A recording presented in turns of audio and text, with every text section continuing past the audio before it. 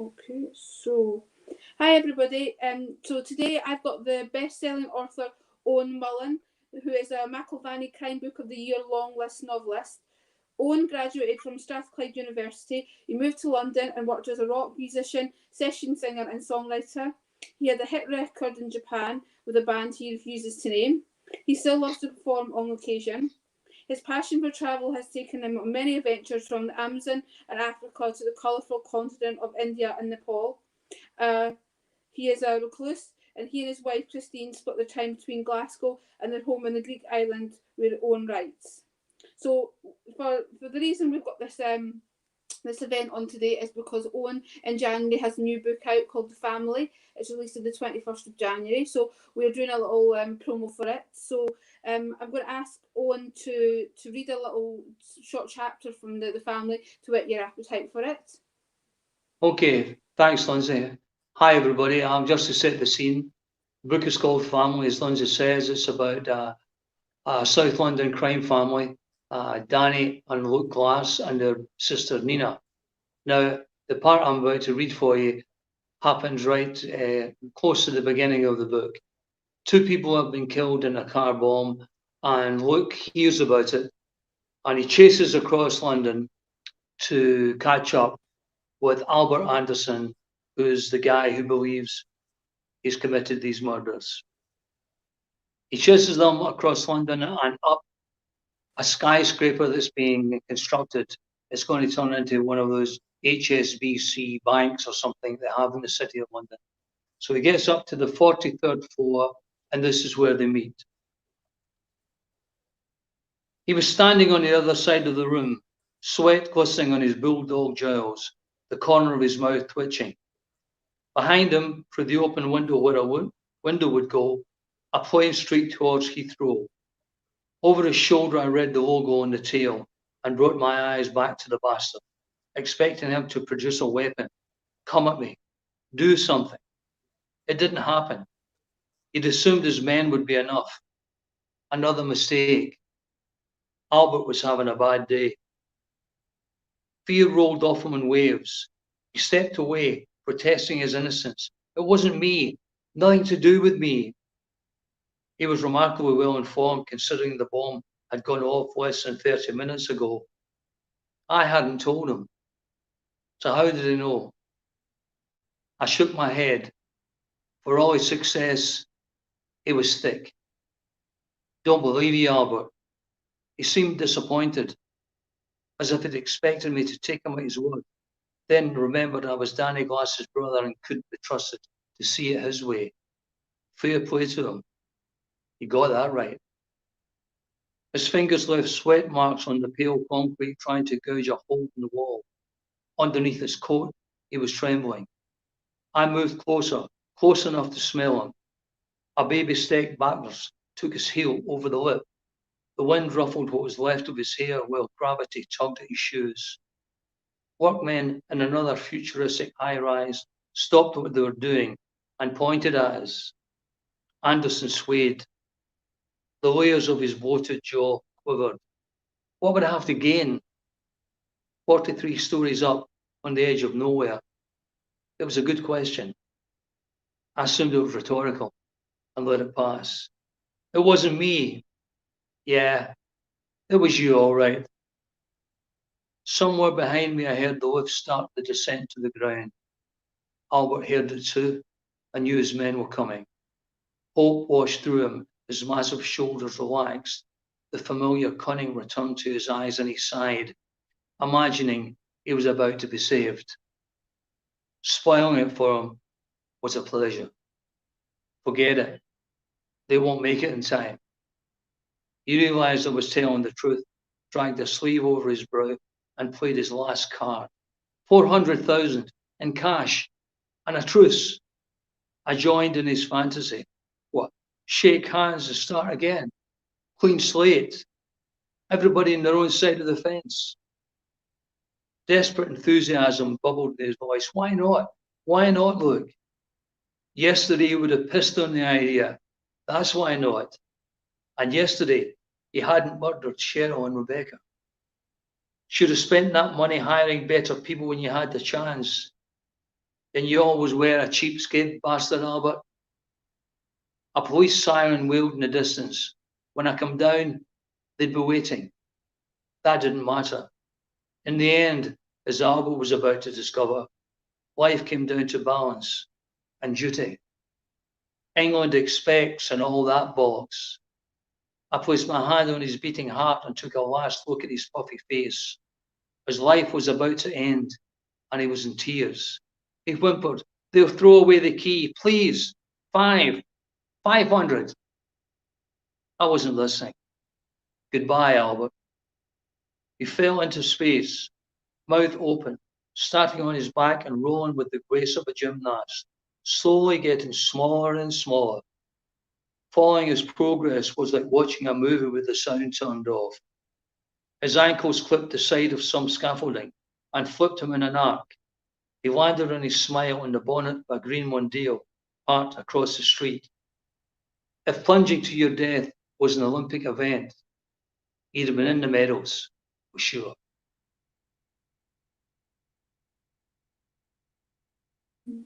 That was amazing. So down the bottom is the link for Owen's Amazon for you to have a look at all the books that he's written, and you'll find when this goes live next week, you will find that there'll be a link and a picture of the book so that you can pre-order it, because it's already racking up the pre-order sales on Amazon. I think it was number one at one point. Is it still at number one for pre-release? It comes and goes. It's doing all right, given that it's still just under 3 months till it's actually published. So we're pleased, and the publisher's pleased with how we've kicked off. Yeah. That's brilliant. So I'm just going to ask a question, because obviously you've had a career of writing standalones and you've written slight series. Why did you decide to move away from, well, you obviously had your Glasgow series, Private Detectives, and then you had 2 books that had some of the characters from the series then appeared in the 2, but I think they were standalones, and then they kind of appeared. But why did you decide to kind of shift away from the Glasgow and into the sort of like London gangster? Was there a reason behind that? Okay, first of all the books I've written are standalone. Even if they're in a series, they're still books that can be read by themselves. The story is discrete. It starts, it ends. Of course, it's more advantageous if you know what's happened before, but they're all standalones. Why I wrote The Family, I had the idea for years. It was actually one of the first ideas I had, and I wrote the beginning, in fact, the part I've just read to you. I wrote that a long time ago, and it's virtually unchanged in the book. I lived in London for many years, and it's a place that's always called to me. Now, London has many critics. Oh, it's a horrible place. It's a hellhole. Yeah. It is all of those things. It's also a fantastic place for me. I have a great times there when I stayed there. And I didn't understand or know that I was one day going to write a story. It's not just one story, it's 3 stories. There are 3 books. It's a saga, really. And they're all set in London and South London. And it was a great fun thing to do to write them. Because during my research and then actually when I went there, I revisited a lot of the places that I'd visited when I'd stayed there, and I folded them into the story of the book. So to answer your question, the location appealed to me. I knew it well, and it's just a great place to set a book. Wow. So can you just tell us, how did you actually get started writing? What inspired you to decide you were going to write your first novel, and why did you choose crime and thrillers? Because now there's different subcategories. That used to be like crime, thriller, sort of like revenge, and it was all kind of all like mashed together. Okay, I started writing a novel because the idea I had, which was the idea of Pakistan, was too big for any other form. It really had to be a novel. So I started writing that. That was the beginning for me. But it wasn't the beginning of me writing because when I was 10 years old at primary school, I won a short story writing competition for Scotland. And then I didn't write anything else for decades. Why crime fiction? Well, crime fiction is what I read. When I read people like James Lee Burke, John Connolly. I like John Connolly. So it was a natural thing to, I mean, one of my ambitions is to read something, to write something that I would want to read. So that needs to be crime fiction, since that's what I do read. After that, choosing the locations was pretty easy. Knew Glasgow very well, and I was urged by both my wife and my agent at the time to write something Scottish, and that's where Charlie Cameron came from. The other locations, the New Orleans location, the Pakistan location, and London, are all places that are inspire you pretty easily. They're easy to capture on paper. The lyricist in you, the lyrical person in you, can find phrases to describe these things. You can see them very clearly. I can see them very clearly in my head. And I fold them into the narrative, into the story. So it all works for me, and it's better fun. If you've got something that's not great fun to write, it really is hard work. So getting a location that is inspirational in the first instance is really a big part of the problem solved.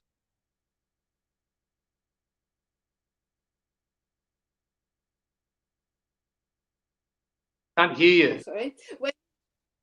Yeah, sorry, I keep forgetting to unmute my mic. I should know by now. So that was really interesting. So when you did you find it hard to get published with your books, or did you find it relatively easy?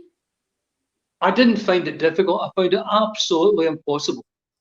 It took me many, many years. I think it took me about 9 years or something. And maybe not as, maybe it was 8 to get from when I started writing. Everyone told me how great I was, but nobody wanted to publish me for this reason or that. Getting published is actually a tremendous feat. Writing a book is really a very difficult thing. Not everybody can do it. That's only part of the problem. Then you've got to try and find a publisher. And you think, oh, but this is a great book. They'll snap this up. No, that's not how it works. It's how commercial they feel it is, and how they commercially feel it is at the time. The person you meet, you know, Lindsay, it's not much different from life. How your life's going to be depends on the people you meet. And if you meet the right people at the right time, you're going to have a very nice life. And if you don't, it's going to be a struggle for you. So it was a struggle for me. I'm happy to say that the publisher I'm with now is really fantastic. The level of support is fantastic. They think the new book's fabulous. They really snapped it up, and they're putting everything behind it. I'm very, very pleased with it, very confident it's going to be a success.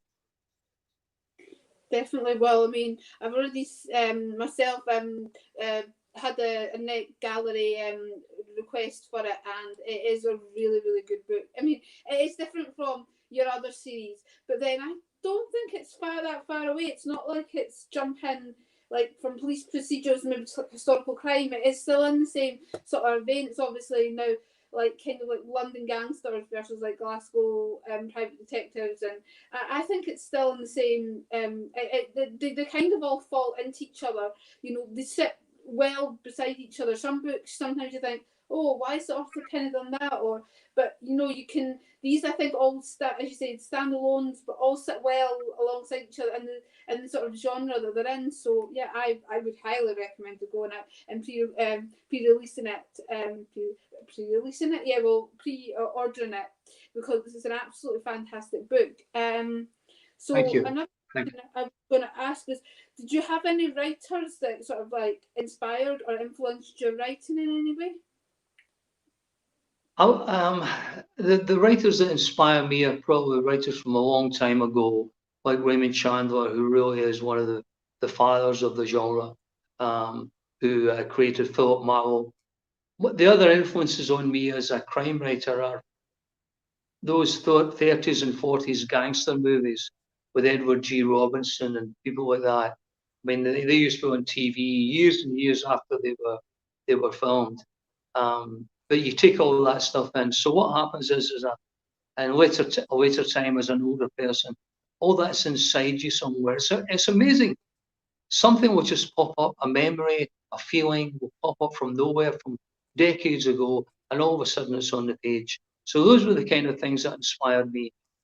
Today I read people, as I say, James Lee Burt, John Conway. I tend not to read too many other crime writers. I've read a bit of Ian Rankin, of course, a bit of Val McDermott, but I find I have less and less time to read the more I write. I really want to keep both up, you know. You should really be reading as well as writing. Oh, definitely. I mean, I can preach to the choir about reading and how much it's helped.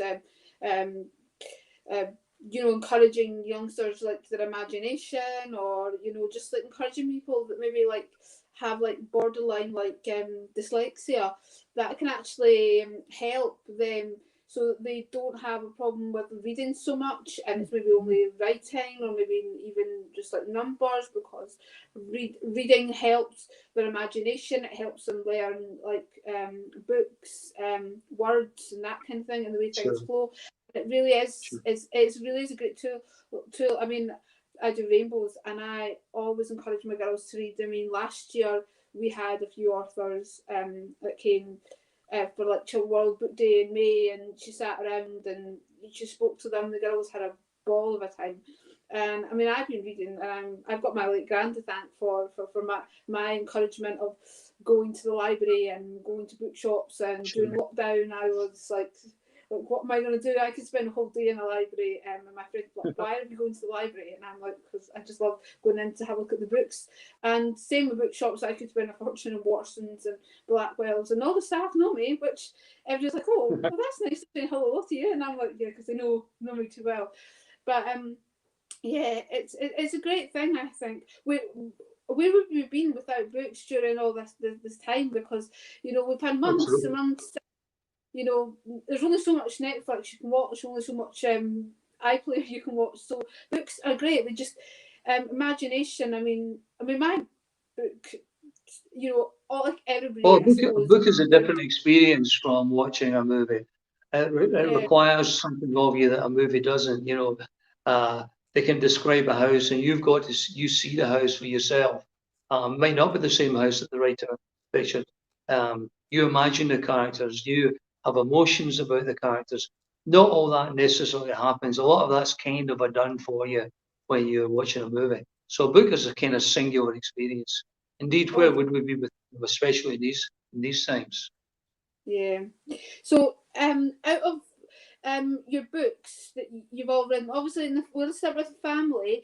But do you have a particular favourite character in the family that when you started writing about them, you're like, yes, I need to tell their story?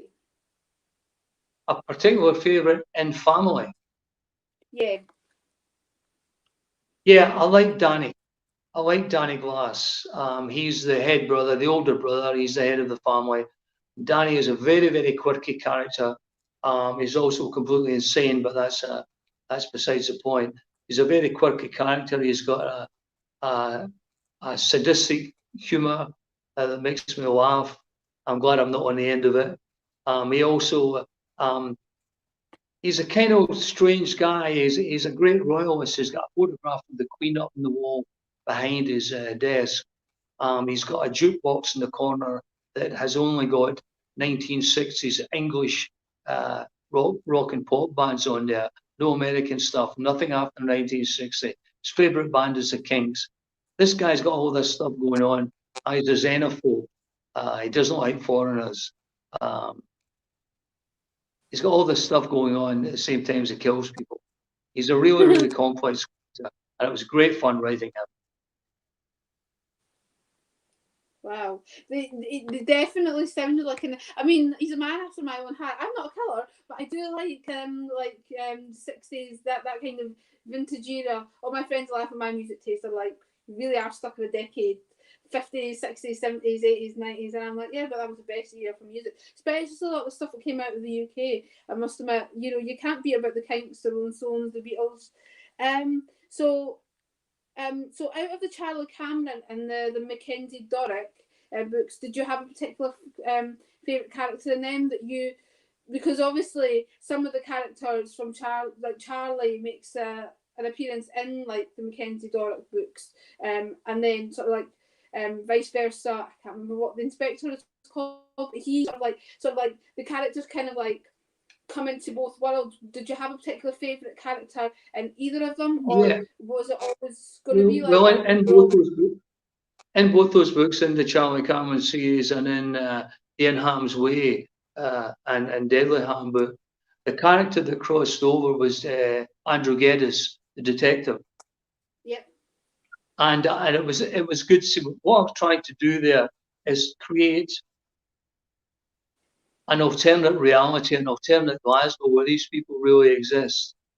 But although Andrew was the crossover character, he wasn't my favourite character. My favourite character was Patrick Logue. Patrick Logue's someone everybody knows. He's the cheery white boy who would kick his granny if the price was right. He's a terrible husband.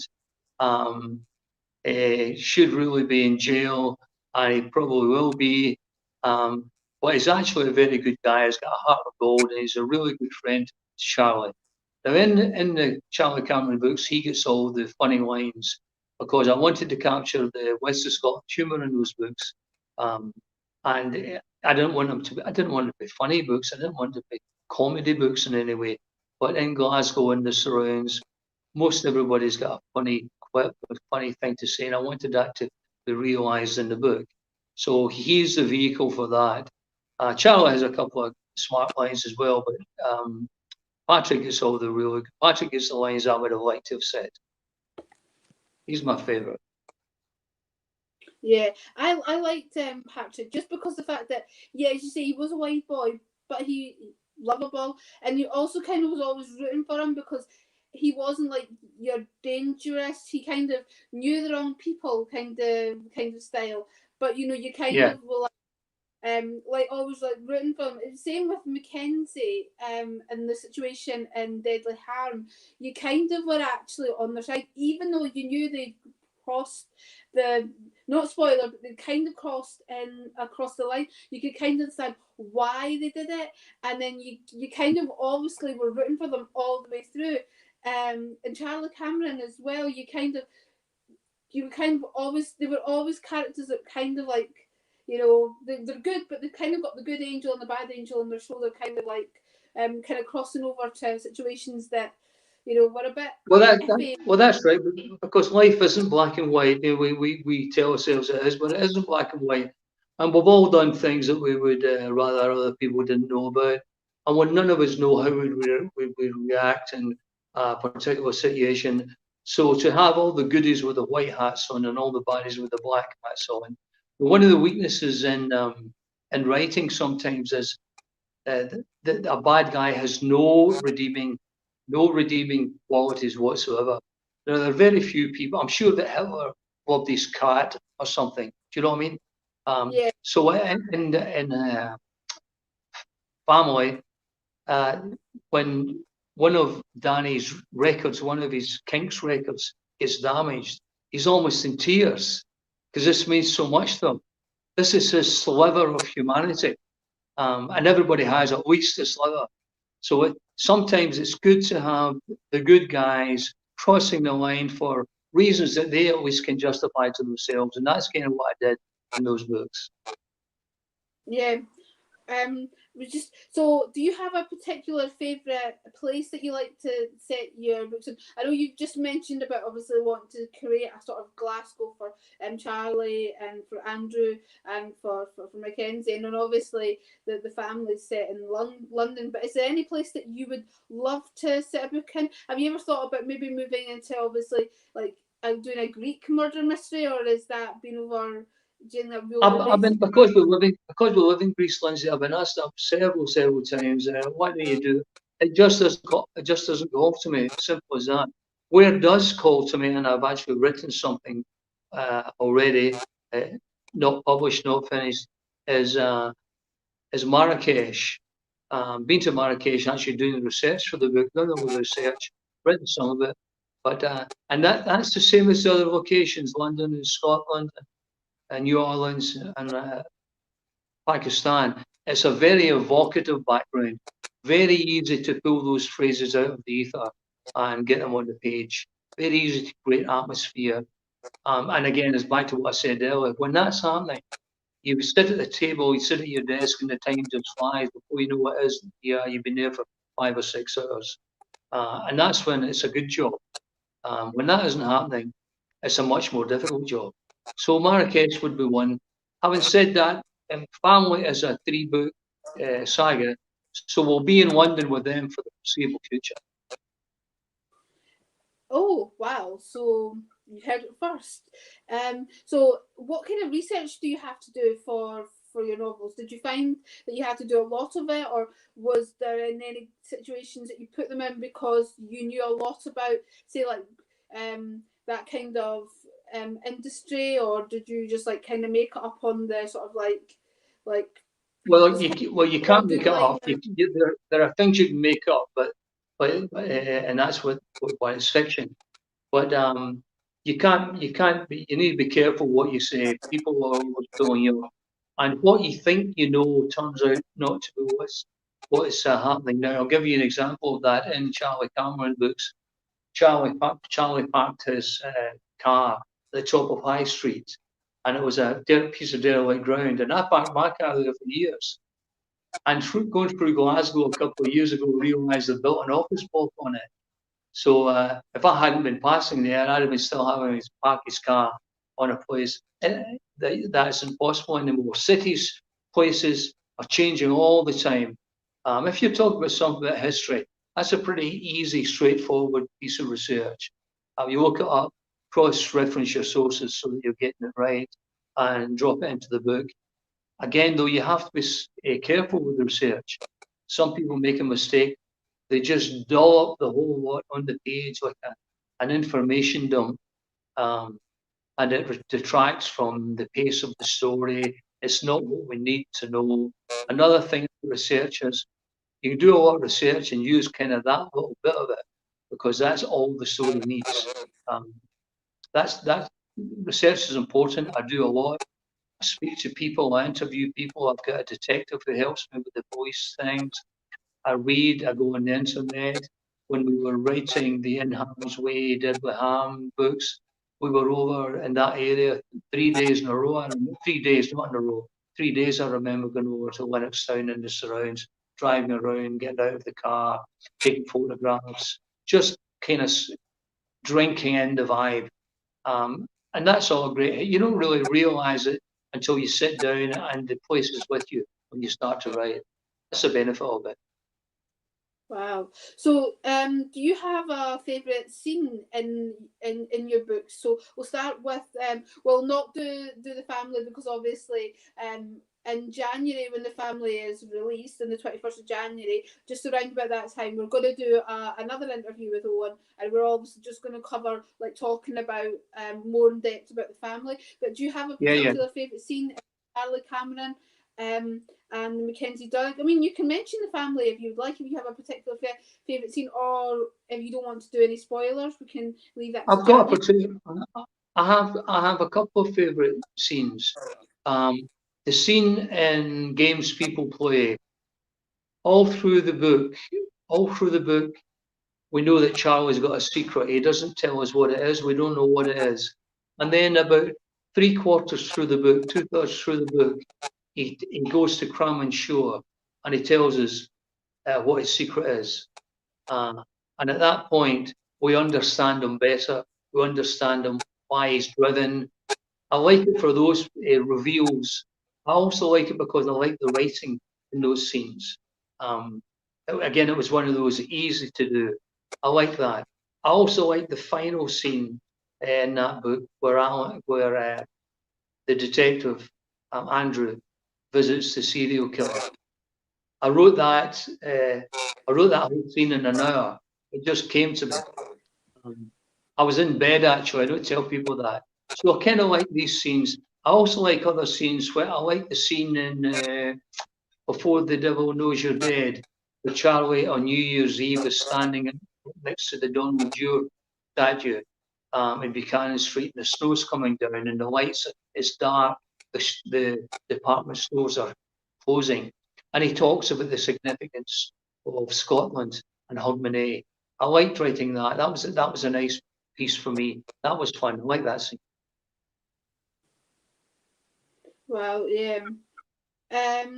So do you have any words of wisdom that you can impart to any future novelists out there that might decide during lockdown, obviously, to take up like writing a novel, to do that?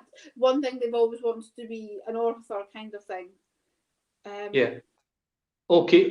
Well, I would answer that question the way I always answer that question. What would I advise anybody else to do? Show up. Show up as many days as possible, every day if you can.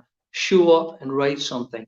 Show up and give it the best you've got. Some days that'll be 2,500 words. Some days it'll be 200 words. That doesn't matter. If you're edging the story forward, if you're improving as a writer, writing is like everything else. The more you do it, the better you get at it. So the more you do it, the better you're going to get. It's a cliche to say this, but it's a marathon. It isn't a sprint. So it's show up every day, give it what you've got, and before you know you are 3 or 4 or 5 months in, or however long it takes. In fact, I think I would say forget how long it takes. As long as you're writing, as long as you're happy writing, as long as you're telling the story, you're doing all right. And another thing to remember, the first time you write your book, that's you telling you the story. The second time when you finesse it, when you improve it, when you change this and that, or add this and that, that's you pretending that you knew the book in the first place, you knew the story in the first place, when of course you didn't. So everybody, that's our quick Q&A with Author Owen Mullen. So I'm just going to recap. So in January, on the 21st of January next year, Family will be out, and it just says, family might be the death of you. The Glass family business is crime, and they're good at what they do. Vengeance took Luke Glass behind bars, but now he's free and he's never going back. Luke wants out of the gangster life. All he has to do is convince his family to let him go. His brother holds the reins of the South London underworld in his brutal hands. Nobody tells Danny Glass no and expects to live. Not even DCI Oliver Stanford, Brent Copper, and one of the Met's rising stars. The way Danny sees it, his younger brother and sister Nina owe him everything. The price he demands is loyalty, and a war with their arch enemy gives him the leverage he needs to tie Luke to the family once more. Luke can't see a way out until Danny commits a crime so terrible it can't be forgiven. Love turns to hate when secrets are unearthed, which pit brother against brother. Left with no choice but to choose a side, Nina holds the fate of the family in her hands. And it is absolutely amazing. So I recommend that you get on Amazon just now and pre-order yourself a copy. And it's only £1.59, I think, if I remember rightly, or 57. I'm not highly sure about that one, but it's absolutely brilliant, and you will absolutely enjoy it. And so you can catch up this interview and watch it all in full on next Sunday, the 31st of October, Halloween. So thanks all for watching today. And this is Reading Between the Lines vlog. So catch up with all the other adventures we've had on YouTube, our YouTube page, and on our new website, on all our social media handles. Thank you so much, Owen, for being a wonderful participant. I'm just going to end that. Thanks very much.